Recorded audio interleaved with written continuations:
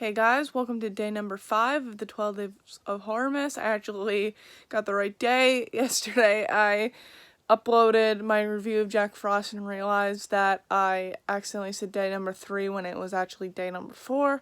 It happens. I didn't even, like I said, I didn't even realize till after I uploaded it.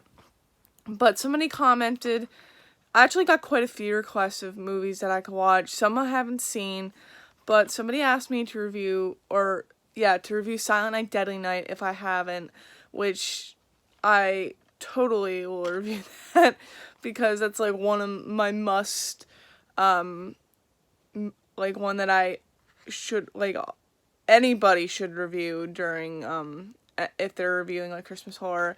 And I have this double feature. Actually, I don't have the Scream Factory of this. I've always wanted the Scream Factory.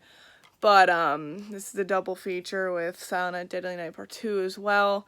That also has a Scream Factory release.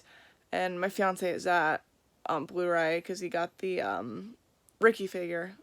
He also has the Billy figure too, that NECA release that came with that you would get with the Blu-ray too. But he got the figure, just a figure at a convention. But Silent Night, Deadly Night, I actually watched this last week.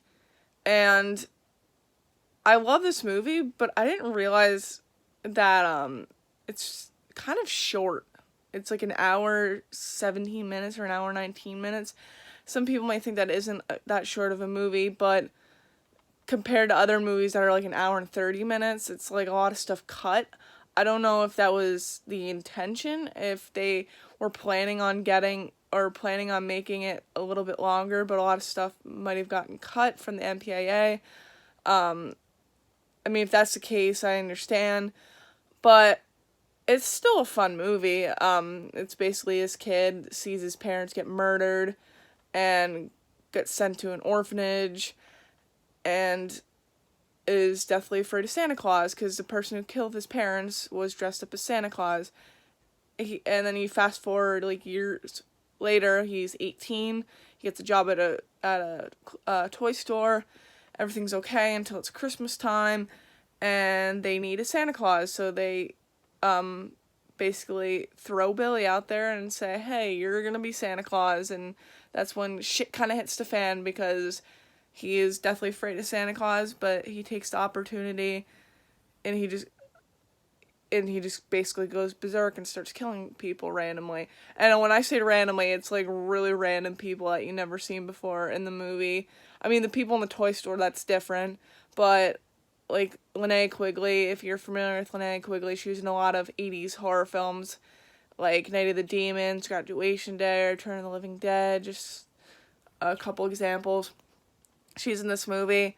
Basically show her boobs, that's basically what all her characters do in the movies, but she has a pretty cool death and it's memorable. They actually watched the remake Silent Night last night, and it's been like years since I've seen that. They kind of recreated that death. It's not as good as the original, but if you're not familiar with what I'm talking about, it's when she gets stabbed with the deer antlers, and like I said, they did that in the remake, but it still was cool, but it just wasn't as cool as Linnea Quigley's original death in that film. And then there's a decapitation with a guy on a sled. That's definitely new one. It's just it's just basically a slasher film. Yeah, that's basically all I can say about it. There really isn't that much to talk about. Like, I feel like everybody has talked about Silent Night, Deadly Night, and Silent Night, Deadly Night Part 2. I'll probably review that later on the 12 Days of HorrorMas, kind of towards the end. But yeah, hope you guys enjoyed this review. Comment down below what Christmas horror film you want me to review next that I haven't done, and I will get to it as soon as possible. But in the meantime, I'll see you guys tomorrow.